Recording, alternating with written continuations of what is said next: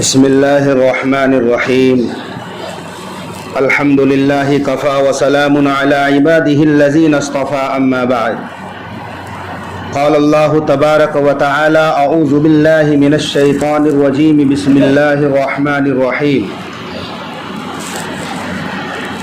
وندخلهم ظلا ظليلا وعن أبي هريرة رضي الله تعالى عنه قال رسول الله صلى الله عليه وسلم سبعة يظلهم الله في ظله يوم لا ظل إلا ظله الإمام العادل وشاب نشأ في عبادة الله ورجل قلبه معلق في المساجد ورجلان تحابا في الله اجتمعا عليه وتفرقا عليه ورجل دعته امرأة ذات منصب وجمال فقال إني أخاف الله ورجل تصدق بصدقة فأخفاها حتى لا تعلم شماله ما تنفق يمينه ورجل ذكر الله خاليا ففاضت عيناه رواہ البخاری او کما قال علیہ الصلاۃ والسلام۔ معزز سامعین کرام، جب قیامت کا دن ہوگا تو سورج 1 میل یا 2 میل کے فاصلے پر ہوگا حساب و کتاب کے میدان میں۔ ابھی تو لاکھوں کروڑوں میل دوری پر سورج ہے تو بھی مئی جون کی گرمی ہمیں برداشت نہیں ہوتی۔ جب 2-3 کلومیٹر دوری پر سورج ہوگا پورے شباب میں، اس وقت انسانوں کا کیا حال ہوگا ہم تصور نہیں کر سکتے ہیں۔ جب انسان جنگل بیابان میں مئی جون کی لو اور گرمی میں سفر کر رہا ہو، اس وقت سائے کی اہمیت معلوم ہوتی ہے کہ کہیں چھاؤں مل جائے، کہیں سایہ دار درخت مل جائے، کہیں دیوار کا سایہ مل جائے۔ پریشان حال ہو جاتا ہے انسان۔ قیامت کا جب دن ہوگا تو کوئی سایہ نہیں ہوگا، چٹیل میدان ہوگا، نہ درخت نہ دیوار نہ شجر و حجر، کچھ بھی نہیں۔ اور حال یہ ہوگا کہ سورج انتہائی قریب 1 میل یا 2 میل کے فاصلے پر۔ مزید یہ کہ انسانوں کے بدن سے پسینہ نکلے گا اور اعمال گناہوں کے بقدر پسینہ۔ بعض وہ لوگ ہوں گے جن کا پسینہ ٹخنوں تک ہوگا، بعض کا پسینہ گھٹنوں تک ہوگا، بعض کا کمر تک، اور بعض کا ہسلی تک ہوگا، اور بعض کا منہ میں لگام کی طرح گھسا ہوگا۔ جتنے بڑے گنہگار اتنا زیادہ پسینہ۔ بعض وہ لوگ ہوں گے جو اپنے پسینے میں تیریں گے۔ اللہ تعالی ہم سب کی حفاظت فرمائے۔ ایسا وحشتناک ہیبتناک دن ہوگا، اوپر سے سورج کی تپش، نیچے پسینے والے عذاب میں، کوئی سایہ نہ ہوگا۔ تو اس عذاب سے بچنے کے لیے سب کے سب آدم علیہ السلام کے پاس جائیں گے کہ اس عذاب سے ہم سب کو نجات دلاؤ، اور اللہ سے کہو کہ حساب کتاب شروع ہو جائے۔ آدم علیہ السلام عذر پیش فرمائیں گے، آج مجھ سے نہ کہو، نوح کے پاس جاؤ۔ لوگ نوح علیہ السلام کے پاس جائیں گے، وہاں بھی عذر ہوگا۔ ابراہیم علیہ السلام، موسیٰ علیہ السلام، عیسیٰ علیہ السلام، بالآخر یہ فیصلہ ہوگا، تمام انبیاء کہیں گے کہ نبی آخر الزماں حضرت محمد صلی اللہ علیہ وسلم کے پاس جاؤ، اگلے پچھلے اگر گناہ ہوتے بھی تو اللہ نے پہلے ہی معاف کر دیا ہے۔ سب کے سب ہمارے آقا کے پاس آئیں گے، آقا سفارش کریں گے، حساب کتاب شروع ہوگا۔ یہ لمبی حدیث ہے۔ تو اس وقت ایسے وحشتناک المناک دن میں ایک چیز کا سایہ ہوگا، وہ ہے عرش الہی کا سایہ۔ عرش کا سایہ، اے سی کی ٹھنڈک، ایئر کنڈیشن کمرہ سمجھ لو۔ ادھر باہر لوگ دھوپ میں تلملا رہے ہوں گے، عذاب میں گرفتار ہوں گے، سورج کی تپش میں اور پسینے کے عذاب میں ہوں گے، لیکن کچھ خاص اللہ کے مقرب بندے ہوں گے جو عرش الہی کے سایہ میں جگہ پائیں گے۔ دعا کرو اللہ تعالی ہم سب کو اس سائے میں جگہ مل جائے۔ یہ عرش الہی کا سایہ ہوگا۔ کون 7 طرح کے لوگ ہوں گے؟ 7 خوش قسمت لوگ ہوں گے۔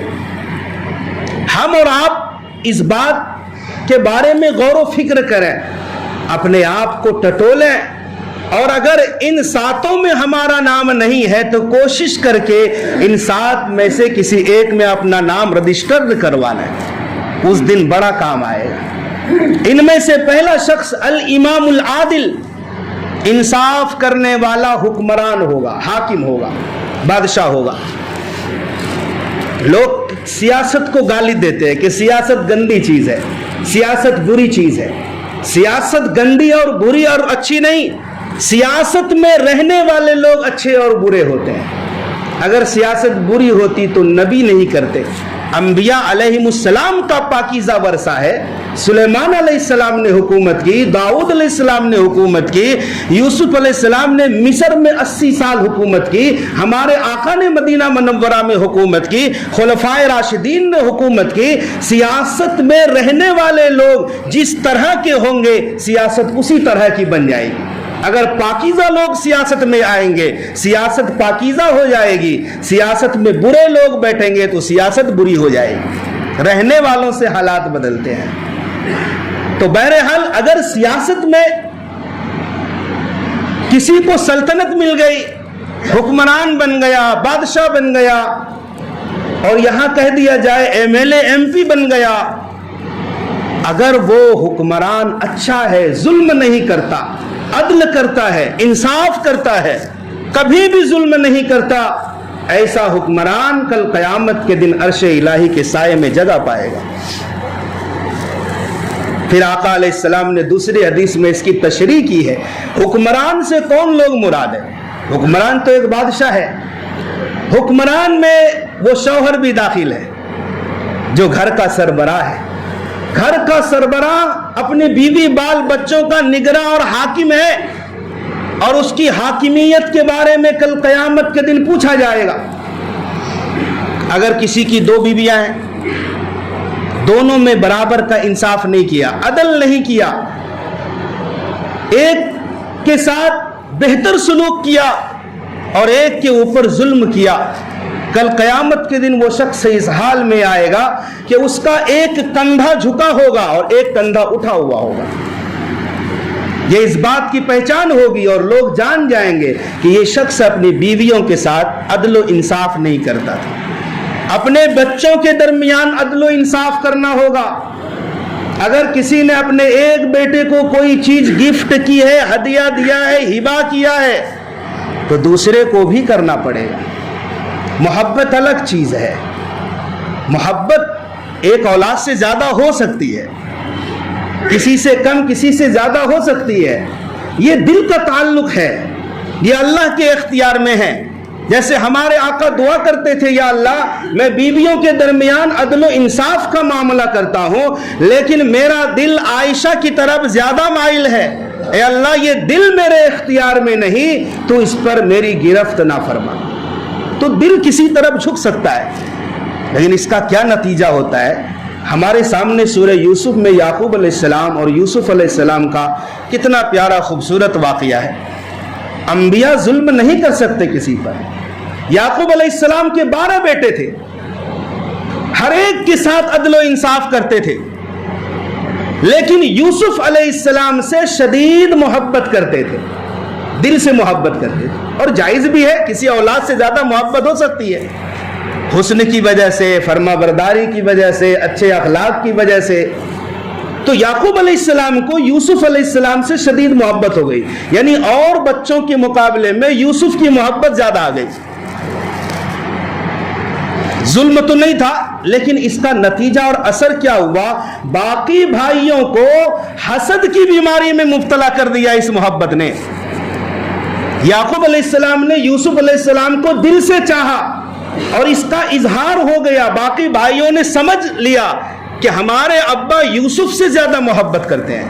قرآن کریم میں آیت ہے، اذ قالوا لیوسف واخوہ احب الی ابینا منا ونحن عصبہ ان ابانا لفی ضلال مبین۔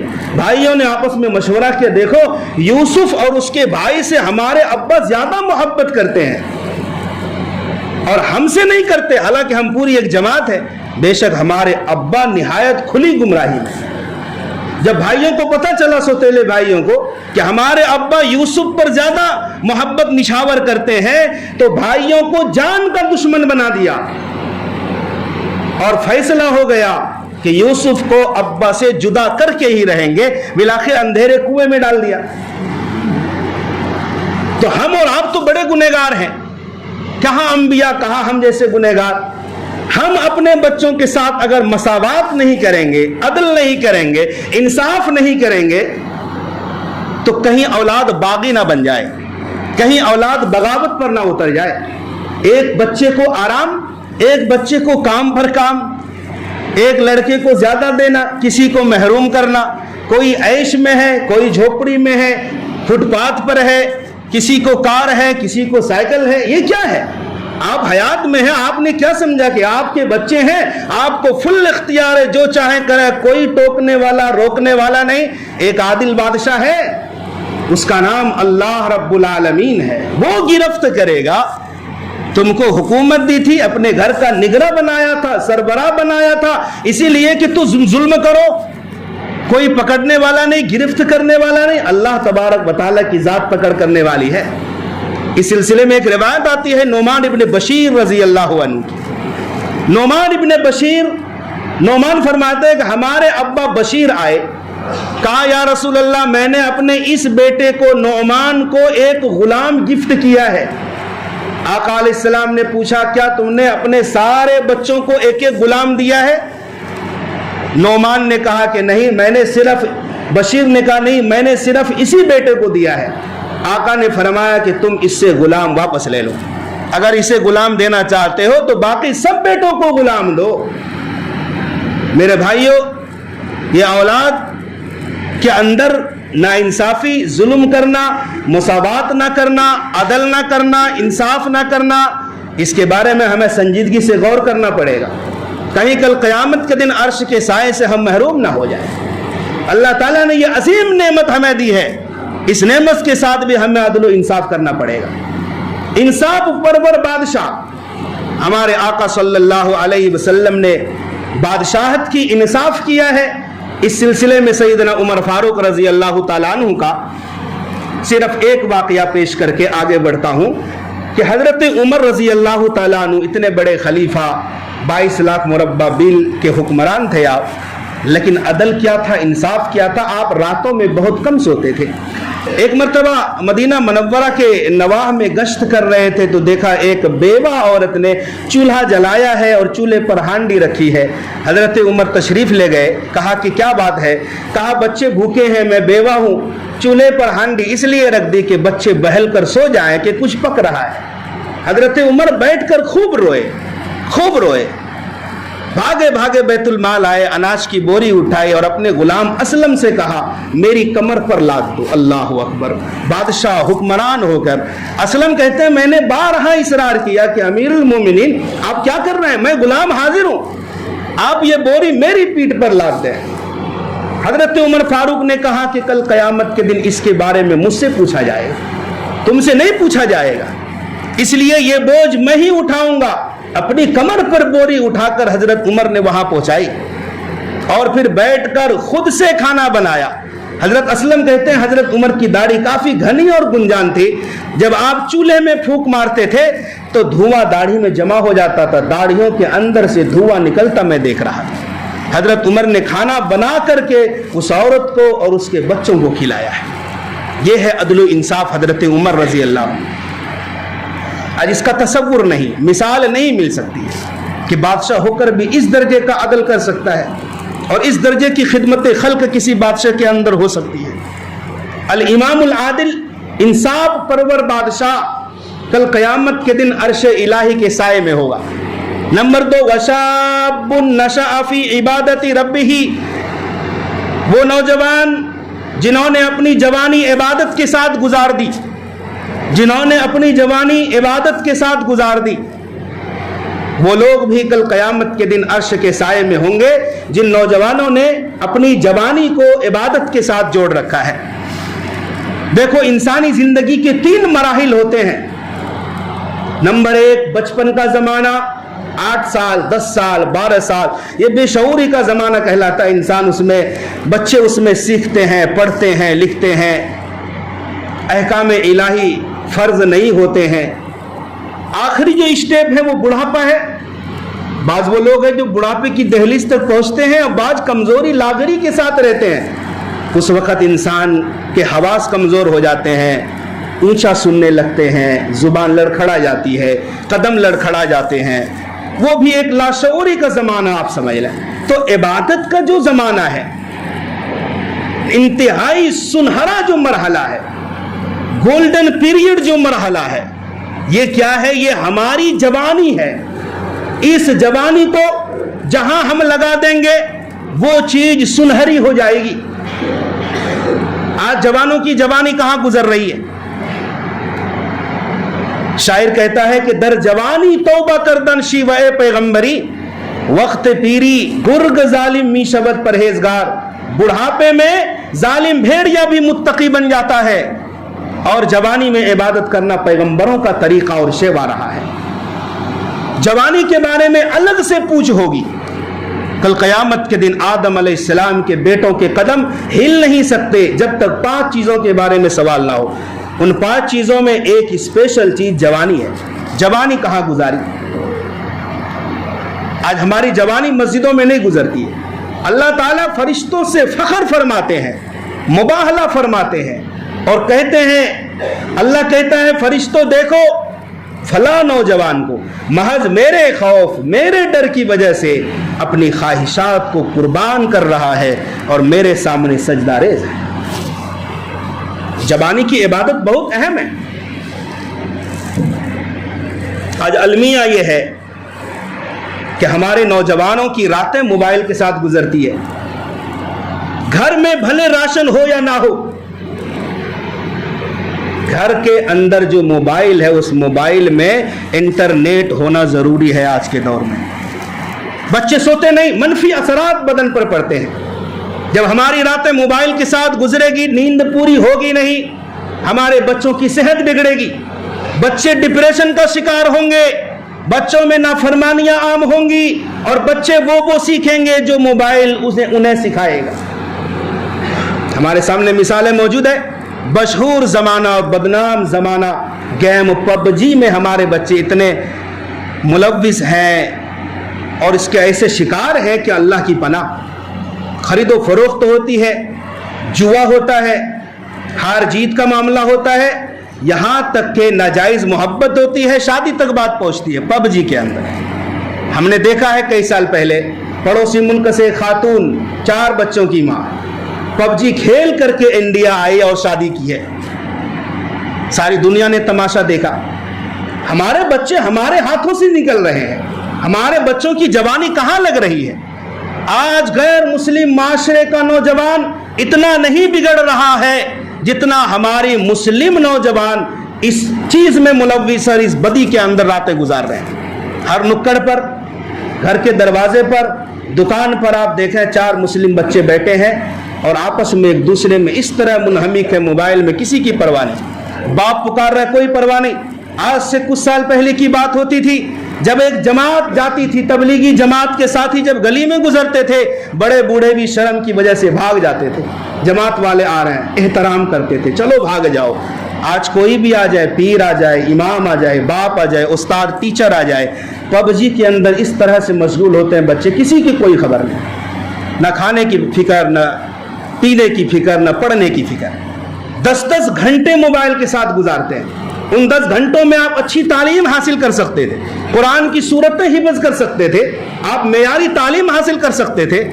آج کہاں ہیں ہمارے بچے؟ ٹھیک ہے آپ نے مدرسوں کی تعلیم حاصل نہیں کی, آپ نے حافظہ نہیں کیا, عالمیت کا کورس نہیں کیا, آپ کو کس نے روکا ہے دنیاوی تعلیم میں؟ آپ اچھے ڈاکٹر بنیں, انجینئر بنیں, معیاری تعلیم حاصل کریں, لیکن آپ کے جب 12 گھنٹے 14 گھنٹے موبائل کے ساتھ گزریں گے, آپ نہ دین کے رہیں گے نہ دنیا کے رہیں گے. جوانی کہاں خرچ کی؟ شاب نشأ فی عبادت ربہ, ایسا نوجوان عرش کے سائے میں جگہ پائے گا جس کی جوانی اللہ کی عبادت کے ساتھ لگی ہوئی ہے. بہت سارے نوجوان مسجد میں آتے ہیں, اور اس سے زیادہ نوجوان وہ ہیں جو مسجدوں کا رخ نہیں کرتے. اذانیں ہوتی ہے، نوجوانوں کو کچھ پرواہ ہی نہیں. جب جوانی گزر جائے گی اس وقت جوانی کی قدر و قیمت محسوس ہوگی. بوڑھوں سے پوچھو جوانی کیا ہے، جوانوں کو قدر نہیں ہوتی ہے. بوڑھے تو مسجد میں آئیں گے نا جب خواہشات کی تکمیل نہیں کر پائیں گے، بوڑھے قوت کمزور ہو جائیں گے. بوڑھوں کو عالم آخرت کی چیزیں یاد آنے لگتی ہے. بوڑھوں کو یوں محسوس ہوتا ہے کہ موت سر پر ہے، قبر کی فکر ہونے لگتی ہے. بوڑھا آدمی سوچتا ہے کہ مر کر اللہ کو منہ دکھانا ہے. چلو گناہ تو کر لیا، اب مسجد کا رخ کرتے ہیں، مسجدوں کو آباد کرتے ہیں، نمازوں کی فکر کرتے ہیں. یہ بھی بڑی اچھی چیز ہے. لیکن جوان آدمی، اس کو نہ موت دکھائی دیتا ہے، اس کو تو نفسانی خواہشات نے اس طرح دبوچ رکھا ہے. خون گرم ہے، جوان ہے، ہر چیز کا ولولہ ہے، شوق ہے. لیکن ایسے عالم میں خواہشات کی قربانی دے کر کے اگر صف اول میں وہ نوجوان آ کر کے اپنا سجدہ رب کے سامنے کرتا ہے تو اللہ تعالیٰ فرشتوں کے سامنے اس نوجوان پر فخر فرماتا ہے. وَرَجُلٌ قَلْبُهُ مُعَلَّقٌ فِي الْمَسَاجِدِ. تیسرا وہ شخص جو عرش کے سائے میں جگہ پائے گا، ایسا آدمی جس کا دل مسجد میں اٹکا رہتا ہے. رجل قلبہ، ایسا آدمی جس کا دل معلق فی المساجد، مسجد کے بارے میں اٹکا رہتا ہے. کب اذان ہوگی نماز پڑھنے جاؤں گا. وہ تجارت میں رہ کر بھی، گھر دکان میں رہ کر بھی وہ دل کے اعتبار سے مسجد میں ہوتا ہے.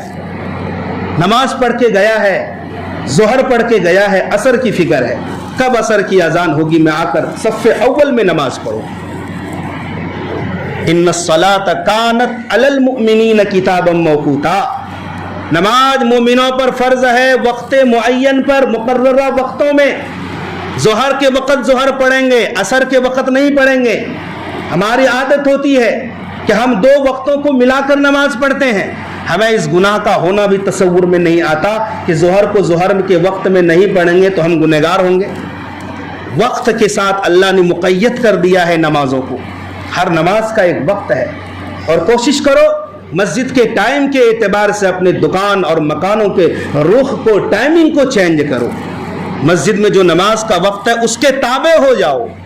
ہاں، مسجد کے ٹائم کے حساب سے اپنے آپ کو تابع بنا لو. مسجد میں یہ ٹائم ہے، اپنی دکان کا یہ ٹائم ہے، اذان ہوگی دکان بند کریں گے، پہلے نماز پڑھیں گے. رجل قلبہ معلق فی المساجد. بہت سے لوگ ایسے ہوتے ہیں جو مسجد میں رہ کر بھی مسجد میں نہیں رہتے. حدیث پاک میں آتا ہے المؤمن فی المسجد کالسمک فی الماء. مومن کو مسجد میں ایسا مزہ آتا ہے جیسے مچھلی کو پانی میں مزہ آتا ہے. مچھلی کو پانی سے نکال دو، مچھلی مر جائے گی. مومن کو مسجد سے نکال دو تو اس کا گویا دل اور روحانیت کے اعتبار سے مر جاتا ہے. مسجد کے بغیر سچا مومن رہ ہی نہیں سکتا. ورجلان تحابا فی اللہ اجتمعا علیہ وتفرقا علیہ. چوتھا وہ شخص، وہ دو لوگ جو آپس میں اللہ کے لیے محبت کرتے ہیں، جمع ہوتے ہیں تو اللہ ہی کے لیے اور آپس میں بچھڑتے ہیں تو اللہ کے لیے. ایسے لوگ بھی عرش الہی کے سائے میں جگہ پائیں گے. وَرَجُلٌ طَلَبَتْهُ امْرَأَةٌ. پانچواں شخص، میں جلدی جلدی کر رہا ہوں، ٹائم بہت کم ہے. پانچواں شخص جو عرش کے سائے میں جگہ پائے گا، طَلَبَتْهُ امْرَأَةٌ. ایک خوبصورت حسین عورت جو جاہو جلال والی ہے، منصب اور عہدے والی ہے. طَلَبَتْهُ ذَاتُ امْرَأَةٍ ذَاتُ مَنْصَبٍ وَجَمَالٍ. اپنی خواہش پوری کرنے کے لیے دعوت دے رہی ہے، زناکاری کرنے کے لیے دعوت دے رہی ہے. اللہ کے علاوہ کوئی دیکھنے والا نہیں، لیکن وہ شخص کہہ دیتا ہے انی اخاف اللہ، میں یہ کام ہرگز نہیں کر سکتا، میرا اللہ دیکھ رہا ہے، مجھے اللہ سے ڈر محسوس ہو رہا ہے. ایسا شخص جو ایسے مین وقت پر کہہ دے، وہ شخص بھی عرش الہی کے سائے میں جگہ پائے. اور یہ تو پیغمبروں کا طریقہ ہے. یوسف علیہ السلام کو بہکانے کے لیے زلیخا نے کیا کیا تھا؟ قفل لگا دی، تالے لگا دیے تھے. اور یوسف علیہ السلام کے سامنے بند سور کر آئی تو یوسف علیہ السلام نے یہی کہا تھا نا، انی اخاف اللہ، میں اللہ سے ڈرتا ہوں. تو یوسف علیہ السلام بھاگے، پیچھے زلیخا بھاگی، لیکن یوسف علیہ السلام بھاگنے میں کامیاب ہو گئے۔ تو جو اس طریقے سے کوئی زنا کی دعوت دے رہی ہو اور ایسے موقع پر وہ اپنے آپ کو بچا لے، اپنا دامن جھاڑ لے اور کہہ دے میں اللہ سے ڈرتا ہوں، میرا اللہ دیکھ رہا ہے، یہ کوئی چھوٹی بات نہیں ہے۔ اس شخص کو عرش کا سایہ ملے گا۔ یا کوئی مرد کسی عورت کو آفر دے رہا ہے اور وہ عورت کہہ دے کہ انی اخاف اللہ، میں اللہ سے ڈرتی ہوں، تو وہ عورت بھی کل عرش کے سائے میں رہے گی۔ چھٹا آدمی وَرَجُلٌ تَصَدَّقَ بِصَدَقَةٍ فَأَخْفَاهَا، جس نے ایسے انداز میں صدقہ خیرات کیا حَتَّى لَا تَعْلَمَ شِمَالُهُ مَا تُنْفِقُ يَمِينُهُ، کہ دائیں ہاتھ نے کیا صدقہ کیا بائیں کو بھی خبر نہیں، یعنی قریب سے قریب لوگوں کو بھی اس کے صدقہ خیرات کی خبر نہیں، کیا دیتا ہے، کس کو دیتا ہے، کتنا دیتا ہے، قریب لوگوں کو بھی معلوم نہیں ہے، چھپ چھپا کر دیتا ہے۔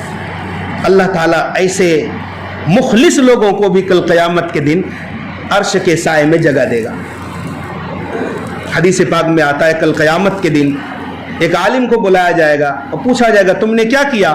وہ کہے گا میں قرآن پڑھا، علم حاصل کیا، لوگوں کو سکھایا۔ کہا جائے گا تو جھوٹ بولتا ہے اور جہنم کا فیصلہ ہوگا۔ ایسے ایک مجاہد کو بلایا جائے گا، پوچھا جائے گا تم نے کیا کیا؟ وہ کہے گا میں تیرے راستے میں جہاد کیا، یہاں تک کہ شہید ہو گیا۔ کہا جائے گا تو نے ناموری کے لیے کیا تھا، لوگ مجاہد کہیں گے، بہادر کہیں گے، اور اس کے لیے بھی جہنم کا فیصلہ ہوگا۔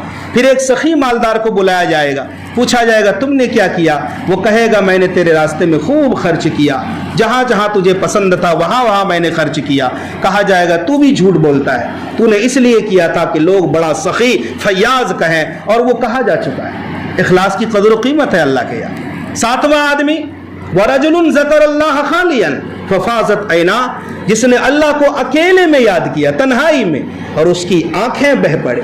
فاضا یفیض، فیضاً عربی میں ایک لفظ ہے فاضا، اس کا معنی ہے وہ برتن جو اتنا فل ہو گیا کہ فل ہونے کے بعد برتن کا پانی بہہ جائے، اس کو بولتے ہیں فاضا یفیض۔ ففاضت عینا، آنکھ ایک برتن ہے، جب تنہائی میں انسان اللہ کو یاد کرتا ہے، کبھی کبھی آنکھوں کا برتن فل ہو کر کے کنارے سے پانی، آنسو کے قطرے ٹپک جاتے ہیں۔ اللہ کو اتنا محبوب ہے کہ عرش کے سائے میں اللہ ایسے لوگوں کو جگہ نصیب فرمائے۔ اللہ تعالی ہم سب کو عمل کرنے کی توفیق عطا فرمائے۔